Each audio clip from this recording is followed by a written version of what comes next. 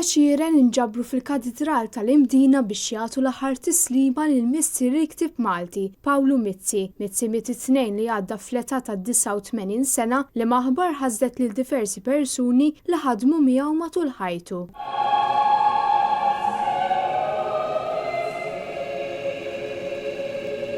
Fl-omelija tiegħu Monsinjur Giuseppe Farrugia qal li Pawlu Mizzi dejjem indikat dawl lil dawk li kienu jinsabu fi triq mudlama u saħaq li Mizzi se jkun qed jgħix għal dejjem fix-xogħol utli għal pajjiżna li wettaq matul ħajtu, mod speċjali fix-xogħol ta' fundatur għall-Klabb Kodba Maltin u Mizzi Books. Mizzi kien deskritt mod speċjali bħala nisrani li wara l-valuri umani lejn dawk li ħabbew, iżda wkoll lil dawk li setgħu fixkluh matul ħajtu. Monsinjur Giuseppe Farrugia saħaq li Pawlu Mizzi dejjem ħaddan il-valuri umani li trabba fihom.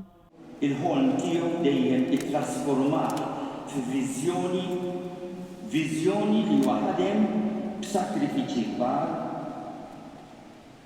f'ċerti okkażjonijiet f'ċerta ostilità, f'diffikultajiet kbar, ħolm viżjoni li wettaq u aħna llum qegħdin ingawdu minnhom.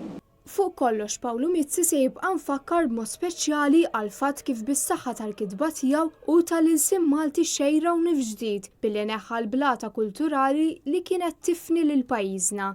Mizzi ma ħalla li ħattu xejn milli jwaqfu mill-ħolm u viżjonijiet li kellu u ħadem bla waqfien biex fl-aħħar mill-aħħar wettaqhom bl-aħjar mod. Preżenti għall-funeral li sar fil-Katedral tal-Imdina kien hemm is-Segretarju Ġenerali tal-Partit Nazzjonalista Clyde Puli, il-Viċi Kap tal-Partit Nazzjonalista David Agius, kif ukoll diversi deputati oħra tal-partit.